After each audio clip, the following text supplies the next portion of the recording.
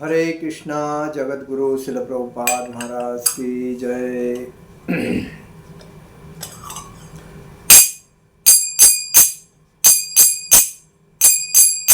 जय राधा माधव कुंज विहारी। जय राधा माधव कुंज विहारी।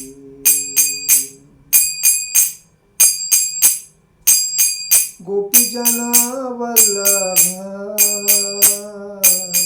गिरिवरधारी।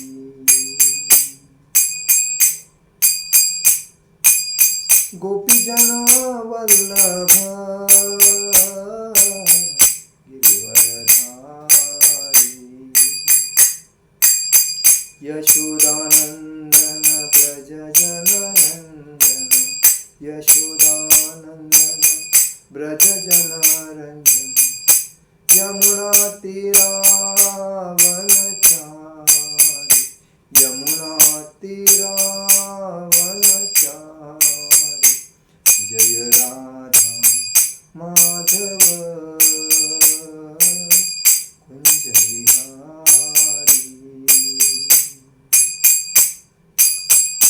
जय राधा माधव कुंज विहारी। हरे कृष्णा कृष्ण कृष्ण हरे हरे। हरे राम राम राम हरे हरे। हरे कृष्ण कृष्ण कृष्ण हरे हरे। हरे राम राम राम हरे हरे। हरे कृष्ण कृष्ण कृष्ण हरे हरे। हरे राम राम राम हरे हरे। हरे कृष्ण कृष्ण कृष्ण हरे हरे। हरे राम राम राम हरे। गोविंद बोलो हरि गोपाल बोलो। राधा रमण हरि गोविंद बोलो। गोविंद बोलो गोपाल बोलो। राधा रमण हरि गोविंद बोलो। गोविंद बोलो हरि गोपाल बोलो। राधा रमण हरि गोविंद बोलो। जय जय राम कृष्ण हरि। जय जय राम कृष्ण हरि। जय जय राम कृष्ण हरि। जय जय राम कृष्ण हरि। जय जय राम कृष्ण हरि। जय जय राम कृष्ण हरि। जय जय राम कृष्ण हरि। जय जय राम कृष्ण हरि। जय जय राम कृष्ण हरि। जय जय राम कृष्ण हरि। जय जय राम कृष्ण हरि। जय जय राम कृष्ण हरि। जय जय राम कृष्ण हरि। हरे कृष्णा कृष्ण कृष्ण हरे हरे। हरे राम राम राम हरे हरे।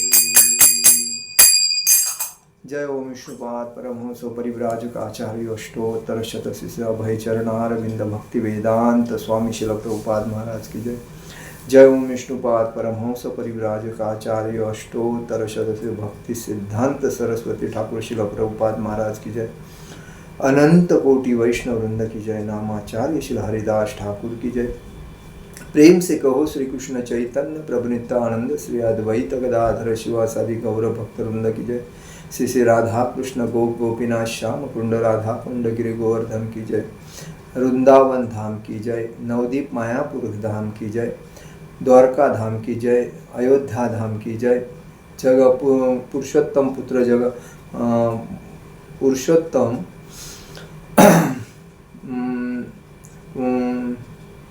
जगन्नाथपुरी धाम की जय। पुरुषोत्तम क्षेत्र जगन्नाथपुरी धाम की जय। बद्रीनाथ धाम की जय,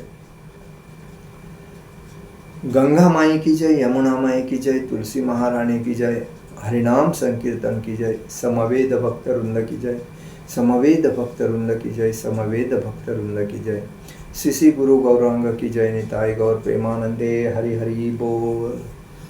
ओम अज्ञानतिमिरान्धस्य ज्ञानाञ्जनशलाकयां चक्षुरुन्मीलितेन तस्मै श्रीगुरुवे नमः।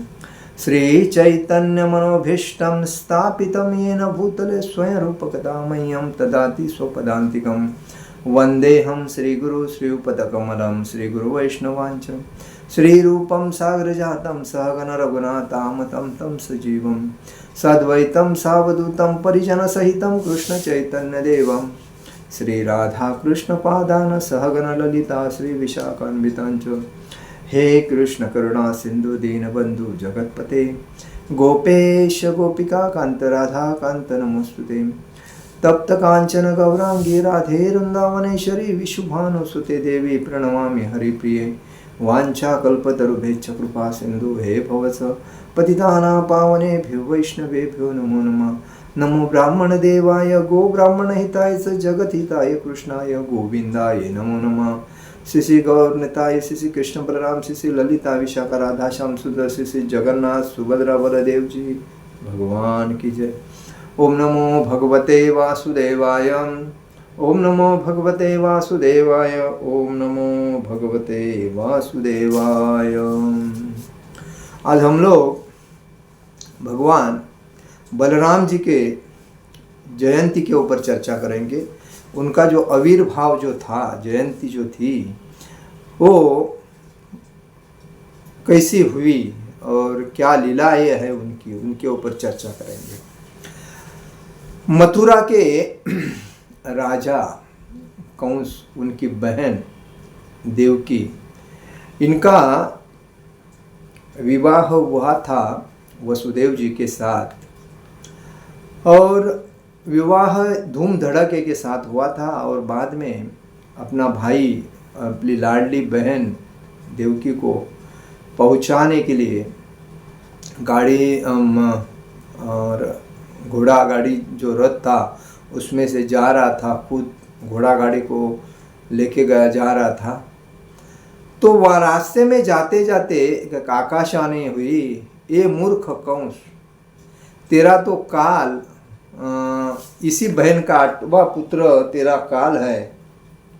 ये जो आकाशवाणी हुई, तो वही आकाशवाणी सुन के वो डर गया। कौन? कंस। डरने के बाद उसको लगा अभी मेरी अगर इसके उदरी जो पुत्र होगा 8वां,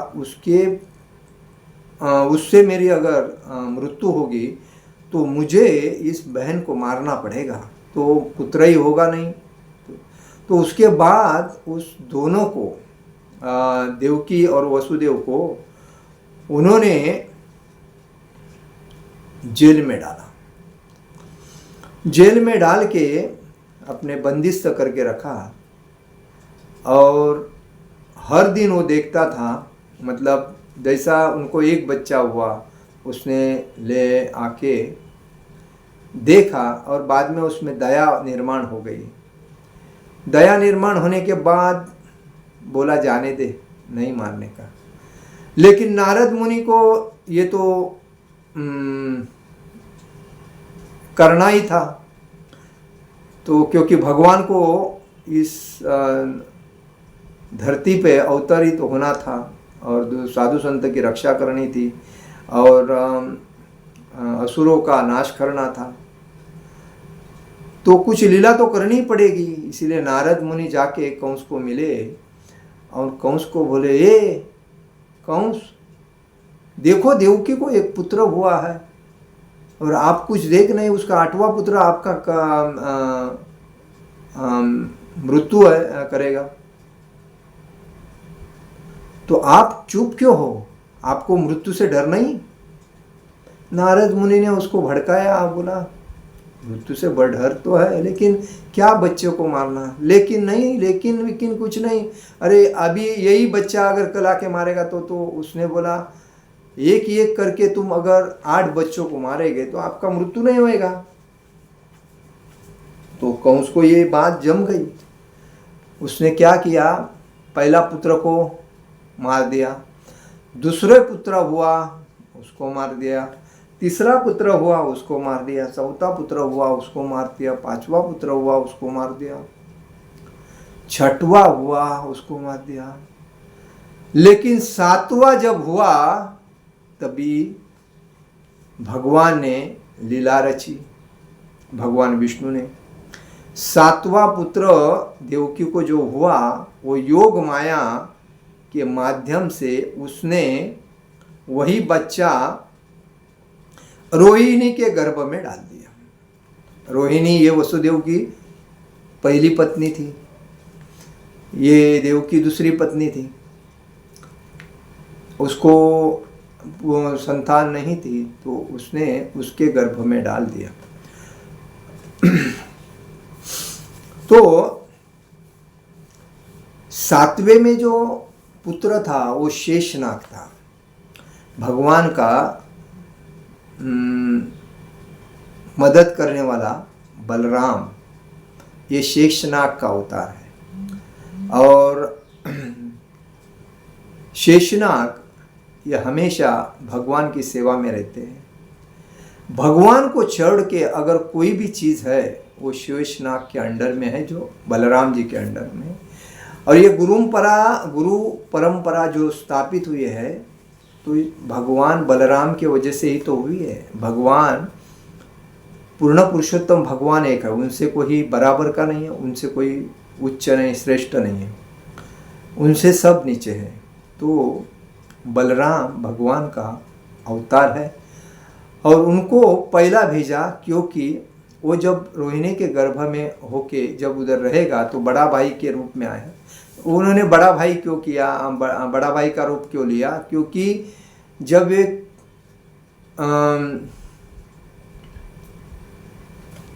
सतुरयुग त्रेता युग में जब राम के साथ लक्ष्मण जी थे तो लक्ष्मण ये भी शेषनाग के ही अवतार थे।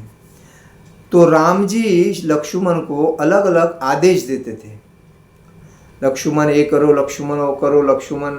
और लक्ष्मण की बात राम जी मानते नहीं थे। तभी उसने कसम खाई, अगले जन्म में मैं आपका बड़ा भाई होऊंगा, आप मेरे छोटे भाई होंगे। तो वही रूप इस द्वापर में निर्माण हुआ, जो भगवान शेषनाग के रूप में बलराम जी आए, जो भगवान ने अपने ही योग माया की वजह से देवकी के गर्भ का जो गर्भ है रोहिणी के गर्भ में डाल दिया और वहाँ बलराम के नाम से सातवें पुत्र अवतरित हुए। तो तभी श्रीहरि विष्णु भगवान ने योग माया से रोहिणी के गर्भ में बलराम को स्थापित किया और 8वें देवकी के गर्भ में भगवान श्री कृष्ण आए। 8वें पुत्र के रूप में भगवान खुद, उनकी कथा हम लोग श्री कृष्ण भगवान की जन्माष्टमी में करेंगे, वो कैसे। लेकिन आज की कथा तो बलराम जी के इसके ऊपर है, जन्म के ऊपर है। तो बलराम जी योग माया के स्थापित रोहिणी के गर्भ में स्थापित करने के बाद वो 8 दिन पहले उत्पन्न हो गए, प्रकट हो गए। दाऊजी देवकी के पेट से गर्भ के निकालकर उसे रोहिणी के गर्भ में डालने की क्रिया को ही संकर्षण कहते हैं। देवकी के गर्भ से रोहिणी के गर्भ में डालने की जो क्रिया है वही संकर्षण क्रिया है। इसलिए दाऊजी का एक नाम, दाऊजी किसको बोलते हैं? भगवान बलराम जी को ही दाऊजी बोलते हैं।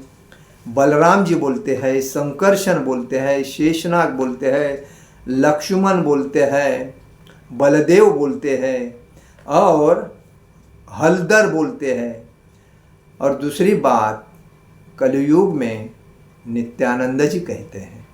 ये नित्यानंद जी कलयुग में जो अवतार हुआ था 550 साल पहले, तो वही नित्यानंद के रूप में ही बलदेव जी थे। बलदेव भगवान मतलब बलराम का जो रूप है वो नित्यानंद प्रभु है, और कृष्ण का जो रूप है वो गौर भगवान है। इसीलिए बोलते हैं गौर निताई। और ये कलयुग में भक्तों को भक्ति का, प्रेममय भक्ति का प्रचार करने के लिए उत्पन्न हुए, प्रकट हुए थे। लोकरंजन करने से राम कहलाने वाले, लोकरंजन करने से राम कहलाए बलवानों में सर्वश्रेष्ठ जो है कौन? बलराम। इसीलिए उनको बलराम कहते हैं, बल के राम, क्योंकि बलवानों में सर्वश्रेष्ठ है। इसके लिए उन्होंने अपने साथ हमेशा एक हल रखा। उनका शस्त्र कौन सा है? नांगर, हल। जो खेती करते हैं, लेकिन अभी के ज़माने में वो नांगर देखना भी मुश्किल है। आगे जाके नांगर क्या है वो भी लोगों को मालूम नहीं पड़ेगा। इसे लोगों ने अपने फायदे के लिए ट्रैक्टर बनाए हैं, उसमें झाली बनाया और ट्रैक्टर से खेती करते हैं। तो बैल का जो काम है, बुल का जो काम है, खेती करके जनता का जीवन में प्रगति करना, वो लोगों ने अपने स्वार्थ की वजह से बंद की दिया। जो बैल को जो मेहनती काम करने की आदत है वो बैल को सुस्त कर दिए। उसके बाद लोगों को खेती करके अपना पेट भरने की जो आदत थी, क्योंकि एक देवताओं की मीटिंग थी, तो मनुष्य जीवन का, ये जो मनुष्य जीवन है उनका पेट कौन भरेगा, ऐसा जब प्रश्न आया था, तभी बैल ये पिताजी है और गाय ये माताजी है। उन्होंने कहा था हम गाय माता ने कहा था हम दूध दे के पालन पोषण करेंगे, और बैल ने कहा था कि हम खेती करके, हार्ड वर्क करके हम मनुष्य जीवन का संगोपन करेंगे, पालन पोषण करेंगे। तो उनका जो काम था बैल का, खेती करना। तो हर जगह पे जिधर ट्रैक्टर नहीं है, जिधर कोई मशीन नहीं चलते, उधर आज भी कहीं कहीं गांव खेड़े में बैल की नांगरनी होती है। बैल को जोड़ के नांगर, तो इसलिए बोलते हैं नांगरधारी शेतकरी, मराठी में बोलते हैं। जो शेतकरी होता है वो नांगर को, जो नांगर है बलराम का जो हल, तो हल को ही जमीन को छेदने के लिए लगाते हैं और उसके बाद में खेती करते हैं। और वो जो खेती होती है तो आरोग्य के लिए अतिशय उत्कृष्ट होती है, जो बैल से होती है। लेकिन ये जो इलेक्ट्रिक ट्रैक्टर से करते हैं और मशीन से करते हैं, उस बेसिस पे आदमी बीमारी की तरफ बढ़ रहा है। तो कहने का मतलब है उनके साथ उनका शस्त्र है हल, नांगर। वो इसीलिए उनको कहते हलधर, उनको क्या बोलते हैं, इसलिए बलराम जी का मंत्र है, मैं बताता हूँ, मुँह में आ गया, हलधर संकर्षणाय नमः। ये उनका मंत्र है। बलराम का सबसे प्रमुख अस्त्र है हल, नांगर और मुसल। मुसल पहले ज़माने में मुसल ये एक वाइन रहता था, मतलब ये वाइन मतलब एक गोल आकार का एक ज़मीन में गाड़ा हुआ पत्थर रहता था, और उस पत्थर में माताजी लोग धान्य डालते थे और कूटते थे उसको। जैसे कि एक मशीन अभी आई है मसाला कूटने की, वो कूटती रहती है। आदमी ने अभी अपने शरीर को तकलीफ देने का छोड़ दिया, चलने का छोड़ दिया, बाइक से जाते हैं, कार से जाते हैं।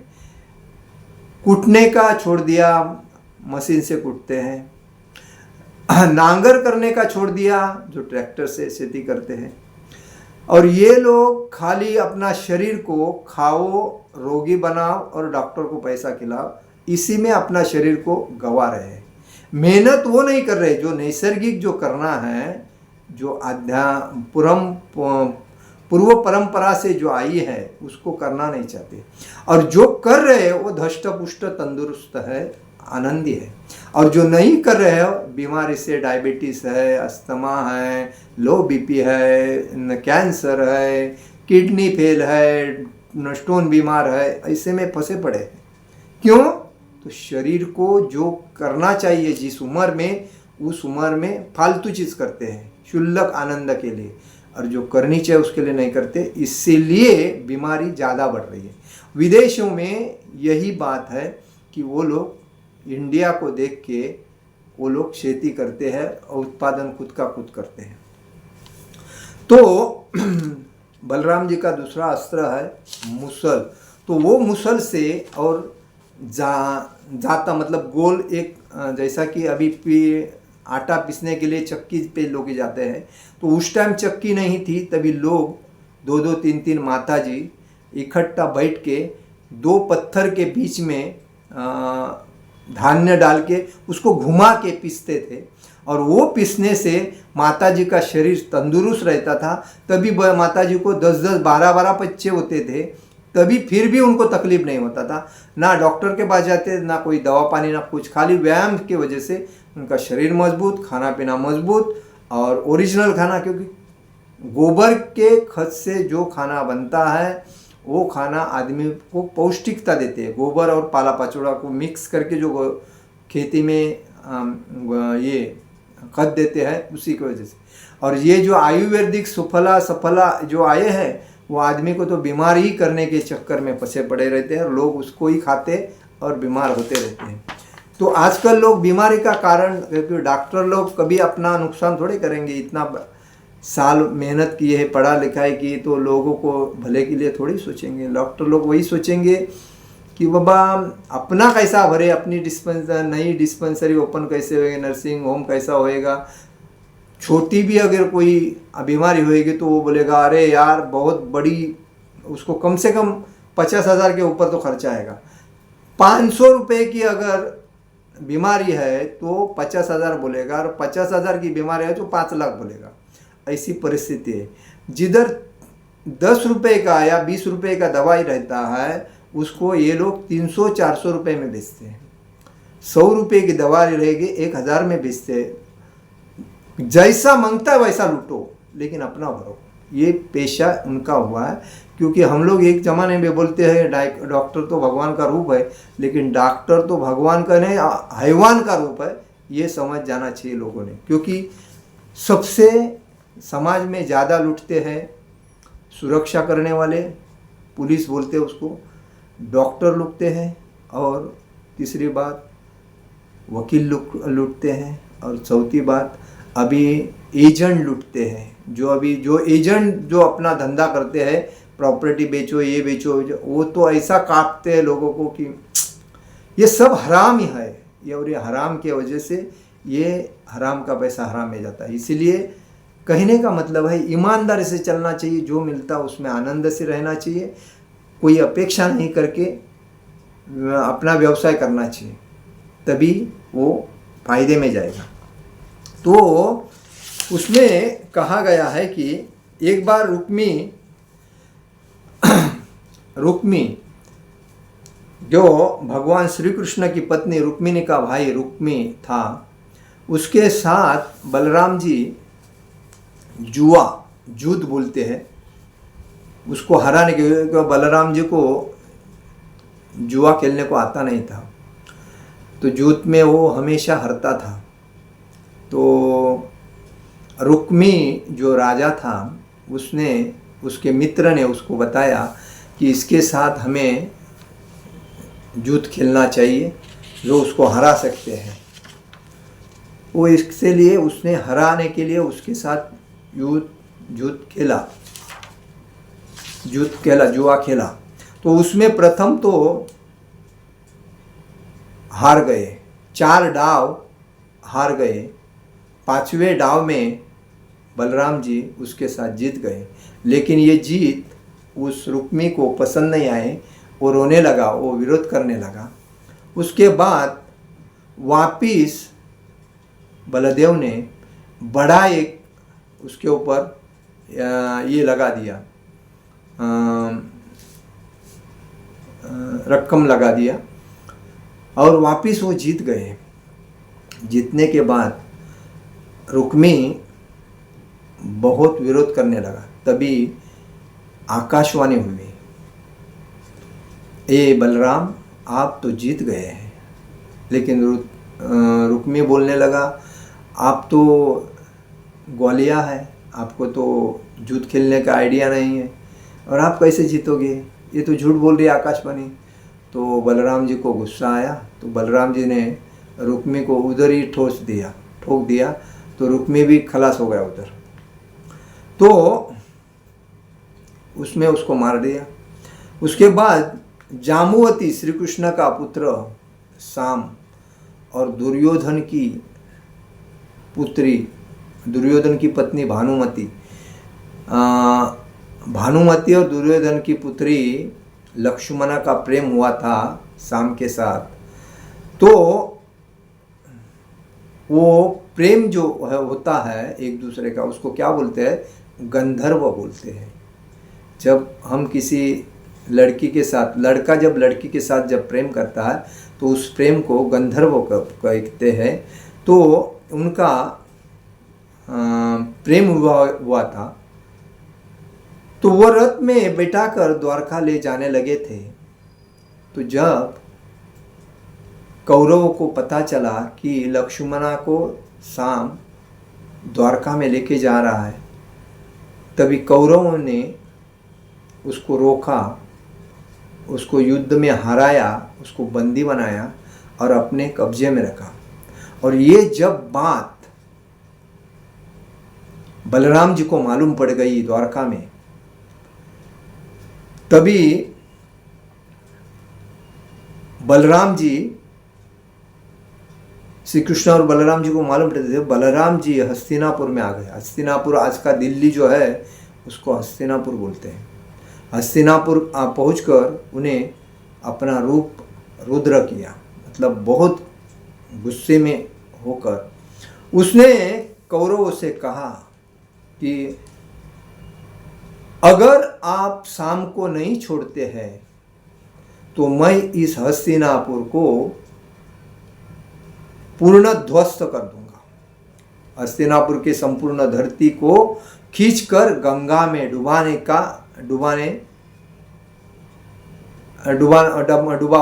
ऐसा कौन बोलने लगे? बलराम जी बोलने लगे। यह देखकर कौरव भयभीत हो गए और हस्तिनापुर में हाहाकार हो गया, दिल्ली में हाहाकार हो गया। सभी ने बलराम से माफ़ी मांगी और शाम को लक्ष्मणा के साथ द्वारका में भेज दिया। ये भी लीला है और बलराम जी की। दूसरी लीला है बलराम जी की। बलराम का विवाह रेवती से हुआ था। रेवती का पिता पाताल का राजा था। वह कुकुश्री थे। राजा क्या? पाताल के राजा का नाम क्या? कुकुश्री थे। उन्होंने ब्रह्मा जी से अपने बेटी के विवाह के बारे में पूछा था। तभी ब्रह्मा जी बोले 27 युग तो हो गए, अभी द्वापर युग का अंत चालू है, जल्दी आप धरती पे जाओ। तो उधर शेषावतार बलराम है और वो आपके लड़की के लिए योग्य है। जब रेवती पृथ्वी पर आई थी तभी उसकी लंबाई बहुत बड़ी थी, कम से कम 14 तो 18 फुट थी। तो उसको बलराम जी ने अपने हल से रेवती की ऊंचाई 7 हाथ की। कितना? 7 हाथ अपने लेवल में। बाद में उसके साथ बलराम जी विवाह किया। तो बलराम जी के पत्नी का नाम क्या है? रेवती। उसके बाद में एक लीला है बलराम जी की, वरुण देवकी की पुत्री वारुणी तरल शहद अत्तर सुगंध से रूप में भेजा। उसके बाद उसके स्वाद से बलराम और गोपियों का मन प्रफुल्लित हुआ। बलराम जी यमुना में रासलीला करने आए थे, गंगा में। गंगा और यमुना एक ही है, लेकिन जब बलराम जी ने गुस्से में जब उसको हल से अलग कर दिया, तभी वो यमुना बन गई। तो बलराम जी रासलीला का आनंद यमुना नदी के पानी में गोपियों के साथ लेना चाहते थे। यमुना ने तभी बलराम जी ने यमुना को आमंत्रण किया कि यमुना आप भी आ जाओ, इस गोपियों में हम लोग आपके साथ आनंद करेंगे, आनंद से ये करेंगे, रासलीला करेंगे। तो उस टाइम यमुना को अहंकार हो गया और वो बोली मैं आपके साथ नहीं आऊंगी, आप ही करो। ये जब मालूम पड़ा बलराम जी को यमुना में नहीं आ रही रासलीला में, तो उसने उसको धमकी दिया, मैं मेरे हल से तेरे को छिन्न भिन्न करूंगा। तो यमुना डर गई और उसके बाद यमुना को भी शामिल होने के लिए कहा, तो लेकिन यमुना ने आने से मना किया। तब क्रोध में आकर कहा, मैं हल से बलपूर्वक यहाँ से खींचता हूँ और सैकड़ों टुकड़े में बांटने का शाप देता हूँ। यह सुनकर, मतलब बलराम ने कहा मैं हल से तेरे को खींच लूँगा यहाँ और सैकड़ों टुकड़े करूँगा तेरे। तो वो डर गई। डरने के बाद वो क्षमा याचना करने लगी बलराम जी से। तो यमुना घबरा गई और क्षमा मांगने लगी। तभी बलराम जी ने उसको क्षमा किया और हल से खींचने के कारण आज भी यमुना के विभागों में, छोटे छोटे विभागों में बहती है। इसलिए यमुना का आकार एकदम छोटा क्यों हो गया, उसी वजह से। वैसा तो यमुना और गंगा एक ही भगवान के चरण से निकली, लेकिन जब उसको अलग करने के वजह से यमुना अलग हो गई। एक बार बलराम जी बल का घमंड हुआ था, किसको? बलराम जी को। तभी श्री कृष्ण की कृपा से हनुमान जी ने द्वारका के बगीचे में प्रवेश किया और प्रवेश करने के बाद वो जो ये था बगीचा था, अपन बोलते हैं उसको इंग्लिश में गार्डन बोलते हैं, फूल वगैरह लगे हुए बगीचा था, उसको हनुमान जी ने अस्त व्यस्त कर दिया, उत्पात मचाया। तो बलराम ने उस वानर से युद्ध किया, शांत करने के लिए वानर को से युद्ध किया। बलराम युद्ध में पसीना पसीना हो गए। वो कारण वानर ये भगवान ने भेजा था ना, क्योंकि बलराम को अहंकार है अपने शक्ति के ऊपर, तो उसका शक्ति का अहंकार तोड़ने के लिए तो वानर से युद्ध करते करते बलराम पसीना पसीना हो गया। और बाद में उस वानर से पूछा, तू कौन है? तू मायावी लगता है, बता तेरी सच्चाई क्या है? तू यूं नहीं मानेगा तो मैं तुझे हल से निकाल कर मारूंगा। बलराम जी हल नांगर से ही उसको बोले मार दूंगा। तो तभी हनुमान जी भगवान श्री कृष्ण के पास गए और बोले मुझे बचाओ, नहीं तो मुझे ये मारेगा। तो ये तो शेषनाग थे, शेषनाग का अवतार है कौन? बलराम जी। इनके हल से 3 लोक नष्ट हो जाते हैं। किसके? भगवान से। स्वर्गलोक, पातालोक और पृथ्वीलोक। आकाश, धरती और पाताल, ये 3 लोक हैं। तभी कृष्ण रुक्मिणी के संग वहाँ पहुँचे और दाऊजू को रोकते हुए कहा, यह हनुमान जी है, यह सुनकर बलराम जी चकित होकर उनसे माफी मांगने लगे। लेकिन पहले उन्होंने देखा नहीं था ये हनुमान जी है, क्योंकि वो हनुमान जी ने रूप लेके आए थे, तभी वो एकदम उसको हराने के लिए प्रयत्न कर रहे हैं। दूसरी बात, बलराम जी कौरव पांडवों से अच्छे संबंध थे। बलराम जी के कौरवों और पांडवों से अच्छे संबंध थे, इसीलिए वे महाभारत युद्ध में शामिल नहीं हुए थे। वह देव दर्शन करने के लिए निकल गए, क्योंकि युद्ध उस टाइम सामने चालू हुआ था। उन्होंने दुर्योधन से और युधिष्ठिर से कहा था, आप अपने चचेरे भाई हो, आप युद्ध मत करो, लेकिन भगवान को ये करना ही था, भगवान श्री कृष्ण को।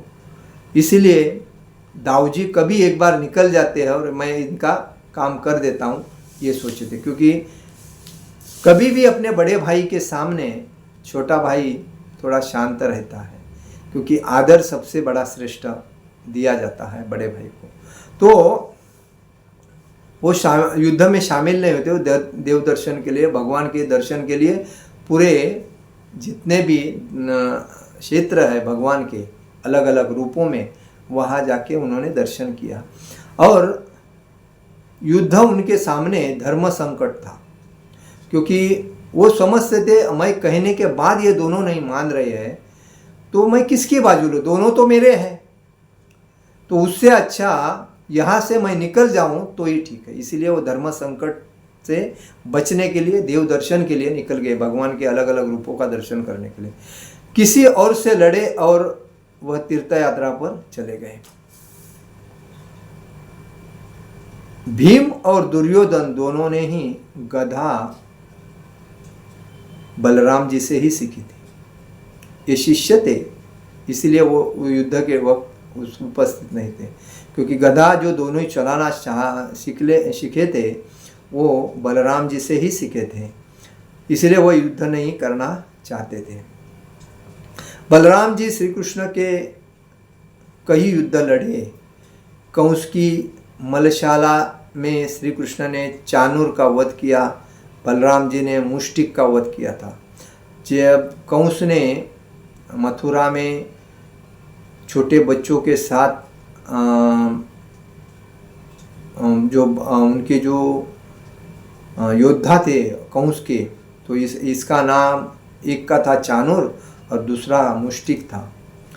तभी ये कितने 12 साल के या 13 साल के लड़के थे और वो तो धष्टपुष्ट शक्तिशाली थे। तो जब ये उधर गए तभी उनके साथ लोग तो हैरान हो गए कि ये बच्चे कैसे उनके साथ लड़ेंगे, लेकिन फिर भी भगवान श्री कृष्ण ने चाणूर का वध किया उस टाइम लड़के, और भगवान बलराम जी ने मुष्टिक का वध किया था उस युद्ध में, मल्ल युद्ध में। बलराम जी वानर द्वीप जीत गए, तभी उसने जरासंध को मारने के लिए श्री कृष्ण ने मना किया था। जरासंध ये राजा असुर राजा था, और जब वो युद्ध जीत गए तभी जरासंध के अलग अलग कारनामे जब बलराम जी को मालूम पड़े, तभी उसने सोचा था कि जरासंध को मैं मार दूंगा, लेकिन भगवान श्री कृष्ण ने उसे मना किया था। मौसूल युद्ध में यदुवंश के संहार के बाद बलराम जी ने, मतलब जब युद्ध भगवान श्री कृष्ण का परिवार 1 करोड़ से ऊपर था और सब लोग आपस में, क्योंकि उनको श्राप था, तो वो हिसाब से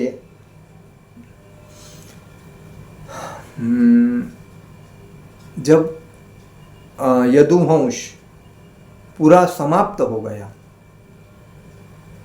तो उसके बाद भगवान बलराम जी समुद्र के किनारे आसन लगाकर बैठे थे और उन्होंने अपना देह त्याग दिया था और समुद्र में समर्पित हो गए थे।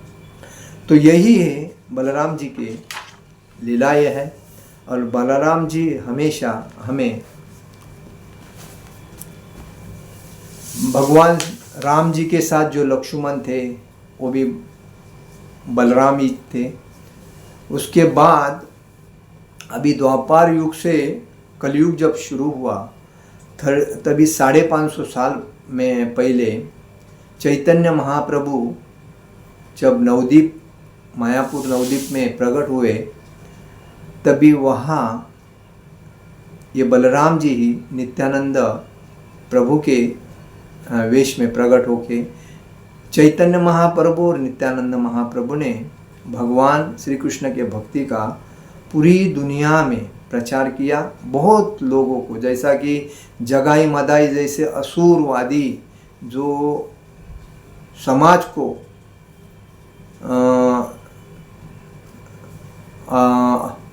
को असुरक्षित करते थे, गलत रास्ते समाज में गलत व्यवहार करते थे,